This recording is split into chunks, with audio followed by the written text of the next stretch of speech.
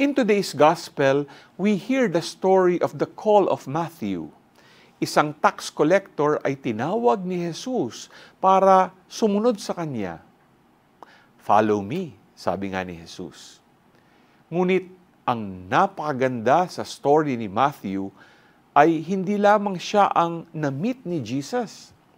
Dahil mayroong isang tax collector na sumunod sa kanya, marami pang ibang tax collectors ang nakasalamuhan ni Jesus. Contrary to Jesus' way, yung mga Pharisees naman ay kinwestiyon ang gesture ni Jesus.